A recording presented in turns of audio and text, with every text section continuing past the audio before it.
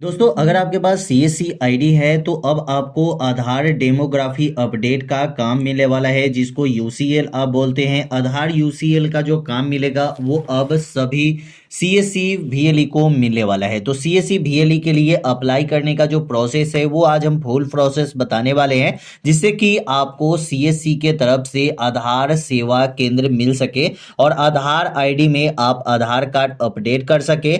आधार card में नाम, date of birth, address, mobile number, email ID, photograph और fingerprint, iris scan, ये सब कुछ आप अपडेट करना चाहते हैं तो आप यहां से क्लाइंट आईडी लेकर आप ये काम कर सकते हैं। अगर आपके पास एक सीएससी आईडी है तो ये सभी काम अब आप बिल्कुल फ्री में कर सकते हैं। आपको एक आधार कार्ड का 50 रुपए चार्ज लगता है, जो आप यहां पे देख सकते हैं। एक आधार कार्ड का 50 रुपए चार्ज लगता है, जिसमें आपको कमीशन भी आपको मिलता है। ठीक है, तो अगर आप एक सीएससी वीएलई हैं तो अब आप यूआईडी का काम कर सकते हैं, आधार का काम कर सकते हैं, यूसीएल का काम कर सकते हैं, जिसमें डेमोग्राफी अपडेट आप कर सकते हैं। डेमोग्राफी अपडेट में नाम, date of birth, address, mobile number, email ID, ये सब कुछ अपडेट का ऑप्शन आता है। ठीक है, तो चलिए दोस्तों, इसके लेने के लिए सबसे पहले आपके पास कुछ डॉक्यूमेंट होनी चाहिए, तब जाके आपको यहाँ पे सीएससी आईडी की तरफ से आधार सेवा केंद्र प्रोवाइड होती है। ठीक है, तो चलिए सबसे पहले शुरू से हम बात करते हैं। अगर आपके पास सीएससी आईडी जिन लोगों के पास नहीं है, हमारे जिन भाई के पास नहीं है, वो डायरेक्ट पहले सीएससी आईडी के लिए अप्लाई करेंगे। ठीक है, तो सीएससी के लिए अप्लाई करने के लिए आपके पास जो डॉक्यूमेंट होनी चाहिए वो डॉक्यूमेंट होनी चाहिए वोटर आई कार्ड। ठीक है, वोटर आई कार्ड रहेगा आपके पास, पैन कार्ड और आधार कार्ड होना ही चाहिए, जो आपके पास मिलिट्री है जो होना ही चाहिए। ठीक है, उसके बाद आपके पास एक फोटो होना चाहिए, जो आप किसी भी एग्जाम के लिए चाहे कहीं भी आप फॉर्म भरते हैं उसमें जो फोटो लगाते हैं, हाफ फोटो, वो फोटो आपको लगाना होगा। और उसके बाद पुलिस वेरिफिकेशन और यहाँ पे पासपोर्ट भी लगा सकते हैं, और उसके बाद हायर क्वालिफिकेशन। ठीक है दोस्तों, आपको बता दें, अगर आप आधार सेवा केंद्र खोलने वाले हैं तो आधार सेंटर के लिए आपका 12th पास आउट होना जरूरी है। अगर आप 12th पास आउट हैं तभी आप यहाँ पे आधार सेवा केंद्र खोल सकते हैं। ठीक है, तो 12th पास आउट जो है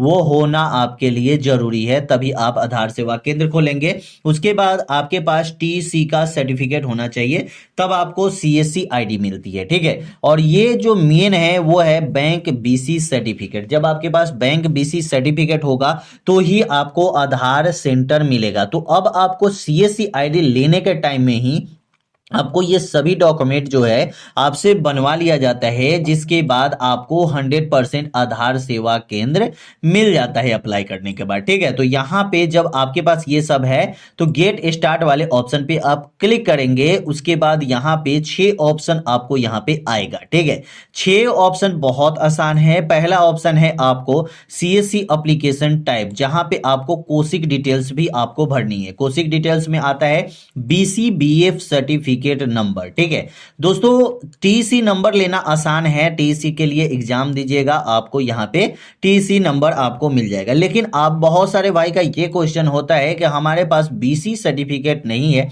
बीसी सर्टिफिकेट के लिए हम अप्लाई कैसे करेंगे? सबसे पहले आपको करना क्या है, आपको गूगल पे चले जाना है और यहां पे आपको सर्च करना है आईआईबीएफ रजिस्ट्रेशन। ठीक है, ये देखिए मैंने यहां पे सर्च किया है आईआईबीएफ रजिस्ट्रेशन। ठीक है, जैसे ही आप आईआईबीएफ रजिस्ट्रेशन सर्च करेंगे तो यहां पे फर्स्ट वाला ही ऑप्शन आपको आएगा ऑनलाइन रजिस्ट्रेशन का। ठीक है, यहां पे आप क्लिक कर देंगे। क्लिक करने के बाद यहां पे ऑनलाइन रजिस्ट्रेशन स्टार्ट हो चुका है। जैसे कि यहां पे एलिजिबिलिटी क्राइटेरिया जो आपसे मांगा जा रहा है, अगर आप एक मेंबरशिप मतलब है, ठीक है, तो यहां पे आप एक एम्प्लॉय रहेंगे तो आप यहां पे बीसीबीएफ सर्टिफिकेट ले सकते हैं। अगर आप नॉन एम्प्लॉय हैं उसके लिए भी बताएंगे, जो एम्प्लॉय नहीं है उनके लिए बीसीबीसी सर्टिफिकेट कैसे अप्लाई करेंगे। ठीक है, यहां पे दे रहा है कि one time life time membership fee जो है वो आपको 1750 रुपए लगता है, जिसमें 1500 तो मेंबरशिप का चार्ज है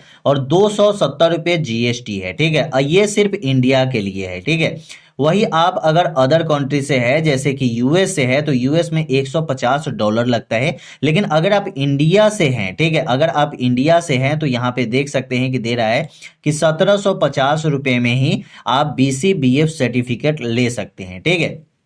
अब दोस्तों अप्लाई करने के लिए BCBF सर्टिफिकेट के लिए आप अप्लाई कैसे करेंगे, ठीक है। तो यहाँ पे सबसे पहले एक ऑप्शन यहाँ पे आ रहा है क्लिक हेयर टू अप्लाई, ठीक है। आप यहाँ पे देख सकते हैं क्लिक हेयर टू अप्लाई, और ऐसे में ऊपर में भी आपको ऑप्शन मिल जाएगा BCBF सर्टिफिकेट, और यहाँ पे मेंबर्स और नॉन मेंबर्स, पहले अभी तो आप मेंबर नहीं होंगे तो आप नॉन मेंबर ही होंगे, ठीक है। तो यहाँ पे आपको अप्लाई नॉन मेंबर पे क्लिक करना है। जब यहाँ पे क्लिक करेंगे तो आपसे रजिस्ट्रेशन नंबर मांगा जाता है और यहाँ पे कैप्चा डाल के सबमिट करेंगे, आपका यहाँ पे हो जाएगा, ठीक है। लेकिन दोस्तों जब यहाँ पे आपके पास रजिस्ट्रेशन नंबर नहीं होगा तब आपको सबसे पहले इसको रजिस्ट्रेशन करनी होगी, तब जाके आपको यहाँ पे रजिस्ट्रेशन नंबर मिलता है। तो इसके लिए दोस्तों जब नीचे आएंगे तो यहाँ पे दोस्तों देख सकते हैं if you have not registered, ठीक है, मतलब कि अगर आप एक रजिस्टर्ड नहीं है यहाँ पे तो आप यहाँ पे क्लिक हियर टू रजिस्टर्ड, यहाँ पे रजिस्ट्रेशन करें। तो चलिए यहाँ पे हम क्लिक करते हैं। क्लिक करने के बाद डायरेक्ट हम यहाँ पे आएंगे। यहाँ पे देख सकते हैं कि Indian institute of banking and finance, ठीक है, तो ये इनके लिए है। यहाँ पे नॉन मेंबरशिप कैटेगरी का ये फॉर्म है, ठीक है, जो आप यहाँ पे भरेंगे, और यहाँ पे चार्ज भी बता दिया जाएगा कि कितना आपको चार्ज लगने वाला है। जैसे कि यहाँ पे आपको पहले अपना नाम देना है, मिस्टर एंड मिसेज जो भी होंगे वो नाम दे देना है। यहाँ पे फर्स्ट नेम, मिडिल नेम और लास्ट नेम नाम देना है, और पूरा नाम दे देना है। जो first name, middle name, last name देंगे वही आपको नीचे पूरा नाम दे देना है, ठीक है। देने के बाद यहाँ पे कॉन्टेक्ट डिटेल्स आपको देनी है, जिसमें address 1, address line 1, address line 2 और एड्रेस लाइन 3, एड्रेस लाइन 4, और यहाँ पे डिस्ट्रिक्ट दे देनी है, सिटी दे देनी है, ठीक है। उसके बाद यहाँ पे स्टेट देनी है, ठीक है। यहाँ पे आपका ऑल स्टेट अवेलेबल है। जैसे कि कोई भी एक स्टेट हम डेमो के लिए यहाँ पे ले लेते हैं, और यहाँ पे आप अपना पिन कोड डाल देंगे, ठीक है। तो पिन कोड डालने के बाद जस्ट आप नीचे आएंगे। यहाँ पे आपको अपना डेट ऑफ बर्थ दे देना है, जेंडर आपको दे देना है मेल फीमेल जो भी जेंडर है। उसके बाद यहाँ पे क्वालिफिकेशन आपको अंडर ग्रेजुएट, ग्रेजुएट और पोस्ट ग्रेजुएट। अगर आप एक 10th पास या 12th पास है तो अंडर ग्रेजुएट पे क्लिक करेंगे और यहाँ पे सिलेक्ट करेंगे तो हाई स्कूल और सेकेंडरी स्कूल, ठीक है। तो 10th पास है तो यहाँ पे क्लिक करेंगे, अगर आप 12th पास है तो यहाँ पे क्लिक करेंगे। अगर वही आप ग्रेजुएट होंगे तो यहाँ पे आपको दूसरा ऑप्शन आ जाएगा बहुत सारे बैचलर डिग्री का, तो जो भी है वो आप यहाँ पे सेलेक्ट कर लेंगे। उसके बाद ईमेल आईडी आपको दे देना है, मोबाइल नंबर दे देनी है, आधार नंबर यहाँ पे दे देना है, बैंक एम्प्लॉयमेंट आईडी अगर आपके पास है तो ठीक है, नहीं तो कोई भी दिक्कत नहीं है। उसके बाद यहाँ पे आपको अपलोड योर फोटोग्राफ, आपको एक फोटोग्राफ, हाफ फोटोग्राफ जो आपने IABF सर्टिफिकेट के लिए अप्लाई करने के लिए दे रहे हैं, वो आपका हाफ फोटोग्राफ जो फॉर्म के लिए आप भरते हैं वो 50 KB से कम का होना चाहिए, ये फॉर्म के लिए डालेंगे। और JPG PNGP फाइल जो भी है वो आप यहाँ पे अपलोड कर लेंगे, ठीक है। उसके बाद यहाँ पे आता है कि आप यहाँ पे स्कैन सिग्नेचर आप यहाँ पे देंगे। उसके बाद एक ID प्रूफ देंगे जिसमें ड्राइविंग लाइसेंस, आई कार्ड, जो आधार कार्ड भी दे सकते हैं, कोई दिक्कत नहीं है, पैन कार्ड भी दे सकते हैं और पासपोर्ट भी दे सकते हैं। जो भी आई कार्ड देंगे उसका एक नंबर यहाँ पे दे देंगे। अब यहाँ पे जो आता है ये आपका प्रूफ आता है, तो जो आप I card, Aadhaar card, pan card जो भी दे रहे हैं वो आप यहाँ पे अपलोड कर लेंगे। जब अपलोड कर लेंगे तो नीचे आता है आपका एग्जाम नेम, ठीक है। एग्जाम नेम में आप देख सकते हैं सर्टिफिकेट एग्जामिनेशन फॉर बिजनेस क्रॉसपॉन्डेंट, और उसके बाद यहाँ पे फैकल्टीज, ठीक है। तो यहाँ पे दे रहा है फी अमाउंट। अब यहाँ पे फी अमाउंट आपको कैसे पता चलेगा, तो फी अमाउंट आपको मिलेगा कैसे कि कितना हमारा लगने वाला है, ठीक है। तो आप नॉन मेंबरशिप में फॉर्म भर रहे हैं तो आपका चार्ज भी कम ही होगा, ठीक है। कैसे आपको पता चलेगा, तो अभी अगर आप फॉर्म भरते हैं तो मार्च 2024 में होगा। जिस टाइम में आप फॉर्म भरते हैं उसके हिसाब से आपका डेट यहाँ पे बता दिया जाएगा कि एग्जाम डेट क्या होने वाला है, ठीक है।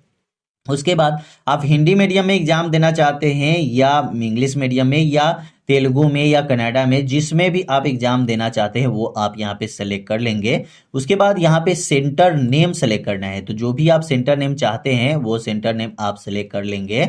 और जैसे ही सेंटर नेम सेलेक्ट करेंगे अब देखिए यहाँ पे आपका 800 प्लस GST लगने वाला है। अब दोस्तों ये किन लोगों को लगने वाला है 800 प्लस जीएसटी? जो नॉन मेंबर, जिनको मतलब जो इम्प्लॉय नहीं है, ठीक है। जैसे कि इम्प्लॉय जो है उनको तो वहां पे 1700 कुछ रुपया लग रहा है, 1770 रुपये। जो इम्प्लॉय नहीं है उनके लिए यहाँ पे 800 प्लस जीएसटी लगने वाला है। तो वही आठ मतलब यहाँ पे लगभग आपको 1000 के करीब में यहाँ पे आपका लग जाता है, 1100, ठीक है, वही लगता है लगभग। और उसके बाद यहाँ पे टाइम भी दे दिया गया है और उसके बाद अगर आप डिसेबिलिटी है, फिजिकल हैंडीकैप है तो यस पे, नहीं तो नो पे क्लिक करेंगे। और उसके बाद आई एक्सेप्ट पे क्लिक करेंगे। जो आपका यहाँ पे कैप्चा है वो डाल के और प्रोसीड टू पेमेंट पे क्लिक करेंगे। आपका जो पेमेंट होगा वो पेमेंट आपको कट जाएगा।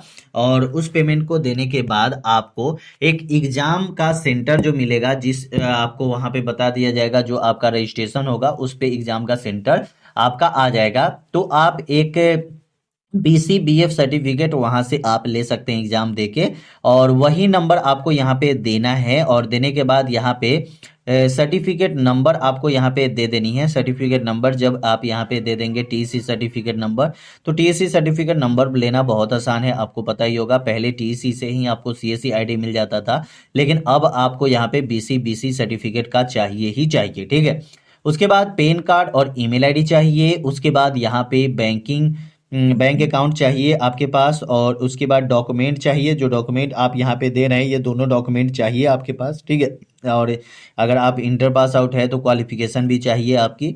और उसके बाद यहाँ पे प्रीव्यू, आप जो भी फॉर्म भरे हैं वो आप यहाँ पे चेक कर सकते हैं। डाउनलोड CSC ऐप, यहाँ पे आप ऐप का डाउनलोड कर सकते हैं। अब दोस्तों यहाँ पे जब ऐप डाउनलोड हो जाता है, आपका CSC ID मिल जाती है, तब यहाँ पे आता है माई अकाउंट का ऑप्शन, ठीक है। यहाँ पे क्लिक करेंगे, ठीक है, माई अकाउंट में।